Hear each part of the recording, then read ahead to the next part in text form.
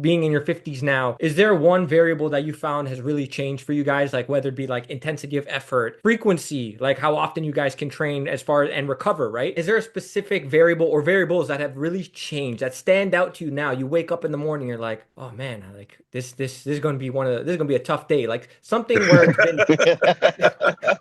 so you guys know what I'm talking about, right? Like you just Yes, wake yes. up and It's so talk about that. I want you guys just to kind of But touch on I that. really, really look up to these guys that are, in the 60s and 70s that are just still doing it. Yeah, they look great. Sammy Sis, Peter Yeah, Chahansky, yeah, like all in their yeah, 60s, Marshall Johnson, like they keep going. So there's, yeah, and That's Kent right. Beerley, like this is the motivation now for us at this age is that yeah. we want to get in our 60s and 70s, have that longevity. That's it's so true.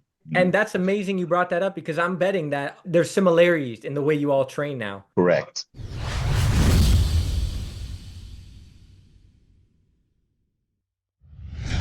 Being in your 50s now, is there one variable that you found has really changed for you guys? Like whether it be like intensity of effort, frequency, like how often you guys can train as far and recover, right? How has it changed from like, we'll call it your ultimate peak. So for you, Kiyoshi, that was obviously the 6-time Olympia reign, right? We can call it that during that period. Somewhere in there was like, this is like you've peaked, right? Would you agree with that, by the way? Yeah, oh yeah. Yeah. And for you, Philip, similar, right? Like whether Very it similar. be Yeah. very similar, right? So we're talking like Yep. that 2009 Yorton period to like the Yeah. 2015 Olympia period, right? Those are the best years. Yep. So for me, back then, especially going against the guys like Kiyoshi, once again, I always knew for me size was something that was kind of harder for me to attain.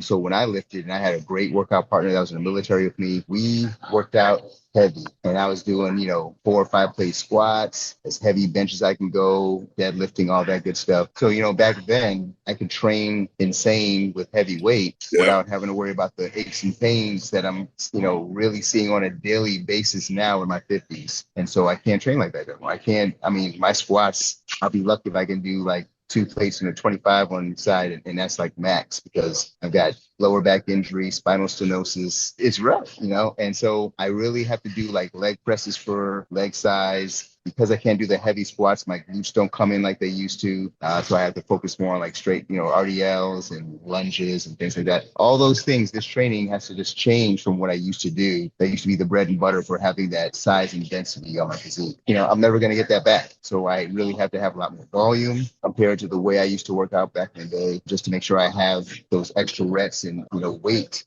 That volume is going to be what's going to help me to maintain where I'm at. So my nutrition is different too. I can't eat as many carbs as I could back in the day because I'd just be a slug. I'd be sleepy, So I'm just more of a higher protein. I still have my carbs in there, but it's not as much. So I've got to find better ways to just mass up and keep weight on in the off season. And unfortunately, like I said, without the heavy weight, it does affect my physique. So I have to train more in the gym. So instead of having those extra days off, I feel like if I train more, I have to have a good split. So I'm not overtraining, but it helps me to feel like my joints are still intact because if I take too many days off, my body starts to feel extra sore, extra tight. It's weird. So I'm like the opposite of what most people say, oh, you need your rest. But because I'm older, I wake up in the morning, my back is sore. I got to stretch out. But when I go to the gym, I feel great. It feels like I'm getting the blood in there. So it's weird when you get older how things go, at least for me. But that's what's changed in my, my repertoire, I guess.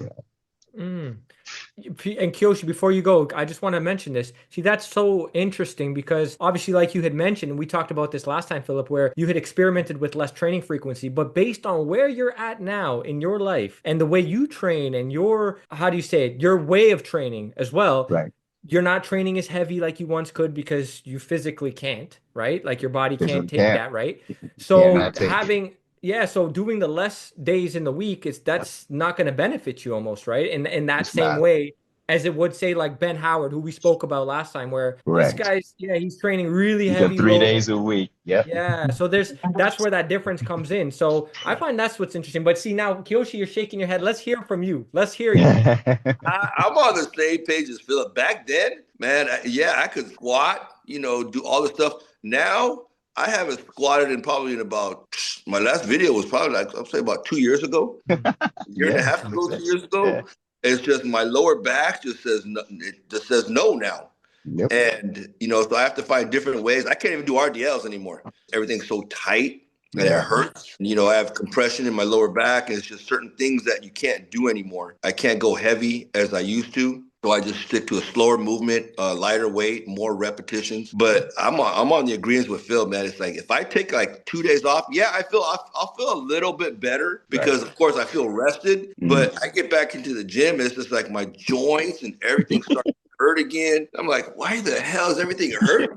Sometimes I go, but it's more to the fact that, you know, when you're in the gym and you're getting up every single day, it just keeps your joints, everything moving and lubricated. I really believe that, you know, as you get older, the more you move, and I see this with older people that I talk to, they're in 70s and 80s. And I'm like, God, how are they moving around so good? It's just they go to the gym every single day. They don't take days off. They don't do as what they, you know, when they were younger, but they're still moving and they're keeping their joints moving. And I think that's longevity right there. But like, you know, when it comes to food, I can tell you right now is when I'm not dieting, I'm bad.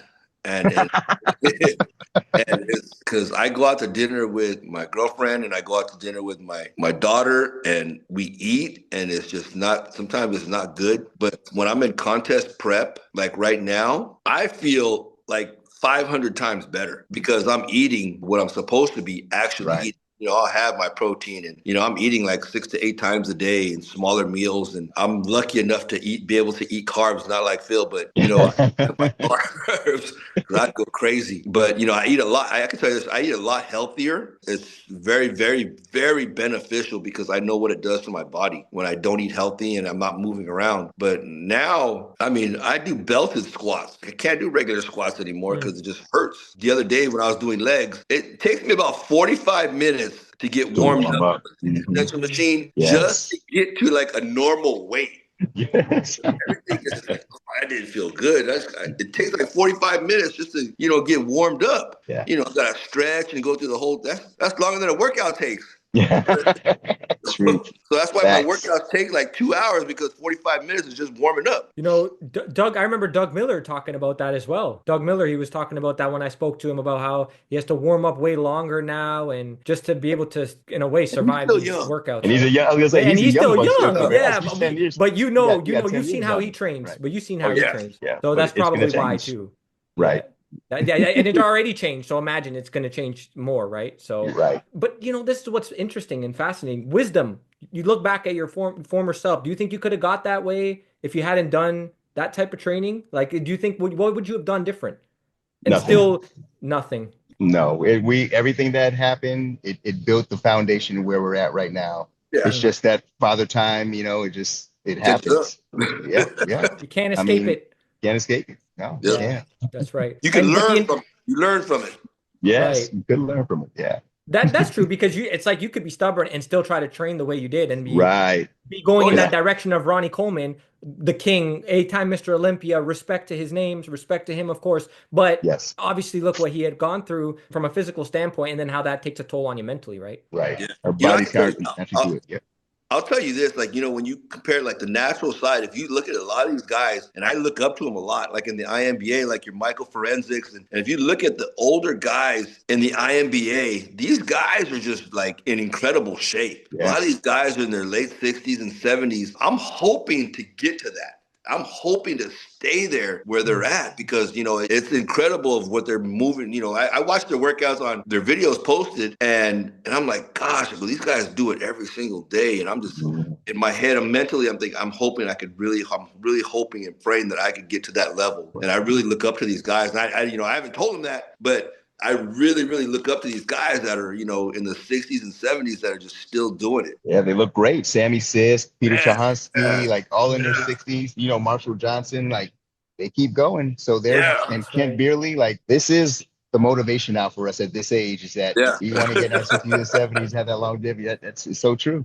Yo, and that's amazing you brought that up because I'm betting that there's similarities in the way you all train now. Correct. You guys aren't pounding heavy loads like you once did, doing really low reps, right? Like you once did maybe. Kiyoshi, I don't think we talked about this, but your philosophy has always been a little bit on the lines of, you know, volume and making not this power building type of approach. You never really tapped into that, right? Yeah, but I don't, it's hard for me to, you know, my reps have slowed down a little bit. You know, And because everything starts getting really, really tight, Yeah. really, really quick. So I don't keep my rep ranges that high anymore. I mean, I still do Oh, volume, but yeah, it's slowed down a lot. that's interesting. It's, So would you say, but the intensity of effort is still there? You're training really The close to intensity is failure? still there. The movements have slowed down. Like if I'm doing a machine press, like for chest, I'll do like 10 to 12 reps, but it'll be basically it's time under tension. On the negative, I'll take like about 6 or 7 seconds to, get all the way down. I really, Okay. really slow it down. I've tried to lift heavy and I ended up getting hurt. And it's just yeah. like, I've gone like, 20 to 25 reps and I end up getting hurt. I'm like, I got to change something here. Right. Have you tapped into like the 20s and 30 rep ranges now at your age, or are you mostly doing the 10 to 12 still? Because you were like 8 to 12 for the most part, Yeah, right? I actually am a lot higher volume. I do a lot of German volume training now, and I'll do some drop sets. I do once in a blue moon if I feel like I can do the 25 reps, but obviously I'd be super light.